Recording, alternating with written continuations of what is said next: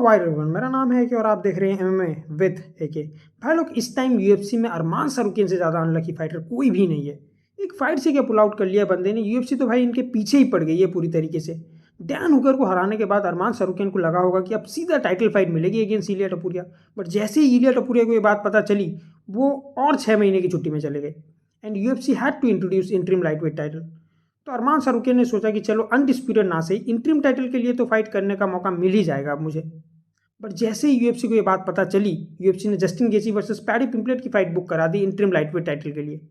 तो फिर अरमान सरूकिन ने सोचा चलो अनडिस्प्यूटेड ना सही, इंटरिम लाइटवेट ना सही, बीएमएफ टाइटल के लिए तो मेरी फाइट करा दो मैक्स होलोवे से। जैसे ही यूएफसी के कानों तक ये खबर पहुंची, यूएफसी ने max Holloway versus Charles Oliveira की फाइट बुक कर दी बीएमएफ टाइटल के लिए एंड बोला भाई तेरे को तो नहीं दे रहे हम टाइटल फाइट, जा जो करना है कर ले तू। टाइटल के लिए तो छोड़ ही दो, बट इस टाइम पे अरमान सरूकिन अपनी अगली फाइट किसके साथ करेंगे, ये भी एक बहुत बड़ा सवाल बन के रह गया है। एंड आज के टाइम पे अगर लाइट वेट डिवीजन की टॉप 5 को मैं देखता हूँ तो अरमान सरूकिन के बाद Charles Oliveira, then Max Holloway, then Justin Gaethje and then Paddy Pimblett हमको नजर आते हैं, जिसमें Charles Oliveira versus Max Holloway की फाइट बुक हो चुकी है और Justin Gaethje versus Paddy Pimblett की फाइट बुक हो चुकी है। तो टॉप 5 के अंदर तो कोई भी नहीं है जिसके साथ आज के टाइम पे अरमान सरूकिन फाइट कर सकते हैं। तो एक बार टॉप 10 में भी देख लेते हैं। डैन हुकर के साथ अभी रिसेंटली फाइट करके उठे अरमान सरूकिन और बुरी तरीके से हरा दिया है डैन हुकर को। प्लस डैन हुकर वर्सेस बेनोआ सैंटेनिस की फाइट भी बुक हो चुकी है। राफाइल फिजीव वर्सेस मारिशियो रूफी की फाइट बुक हो चुकी है और रेनाटो मोइकानो तो प्रोबेबली बेनाइल डायरूस से फाइट करेंगे।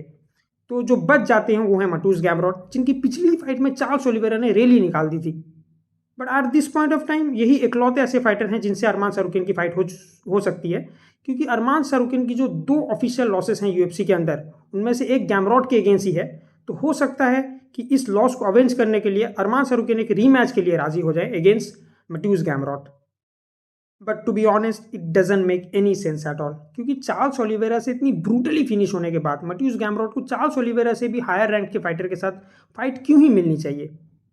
बट आजकल यूएफसी कहाँ ही कोई सेंसिबल बुकिंग कर रही है। लेजिट नंबर 1 कंटेंडर के होते हुए लाइटवेट डिवीजन में Justin Gaethje versus Paddy Pimblett की इंटरिम लाइटवेट टाइटल के लिए फाइट हो रही है। मोब्सा रेवलॉव और लेरॉन मर्फी जैसे अनडिफीटेड बीस्ट फेदरवेट डिवीजन में होते हुए वोल्कानोस्की वर्सेस डियागो लोपेज का रीमैच कराया जा रहा है फेदरवेट चैंपियनशिप के लिए। एंड बेनोआ सैंटेनिस ने इतनी बुरी तरीके से हराया मारिशियो रूफी को, उसके बाद भी मारिशियो रूफी वर्सेस राफाइल फिजीव की फाइट हो रही है, जहां पे राफाइल फिजीव क्लियरली एक हायर रैंक के फाइटर हैं इन कंपैरिजन टू बेनोआ सैंटेनिस। तो ये सारा जो है कहीं ना कहीं उलटफेर चल रहा है यूएफसी के अंदर। तो इस तरीके से अगर देखें तो अरमान सरूकिन और गैमरॉट की फाइट बन सकती है, नहीं तो फिर माइकल चैंडलर और बॉबी ग्रीन से फाइट करते हुए नजर आएंगे हमको अरमान सरूकिन। बट आज के टाइम पे अगर अरमान सरूकिन टाइटल फाइट के अलावा कोई भी और फाइट लड़ते हैं तो वो फाइट उनके लिए काफ़ी ज़्यादा हाई रिस्की होगी with no reward at all.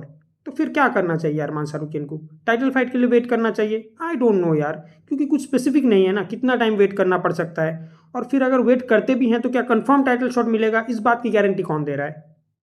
And already 1.5 साल के बाद उन्होंने एक फाइट लड़ी है, और अब अगर और वेट करने गए तो पहले तो Justin Gaethje versus Paddy Pimblett की फाइट होगी जहां से हमको इंटरिम चैंपियन मिलेगा।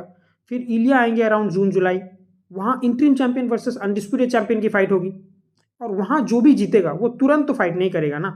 तो अगर अरमान को टाइटल के लिए फाइट करनी है तो ऑलमोस्ट एंड ऑफ 2026 तक का इंतजार करना पड़ सकता है।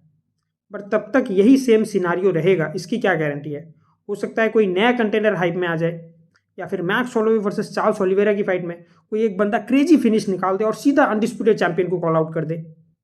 कुछ भी हो सकता है। और जिस तरीके से यूएफसी अरमान सरूकिन के ऊपर मेहरबान है, तो सिर्फ वेट करते रहना is definitely not a good idea.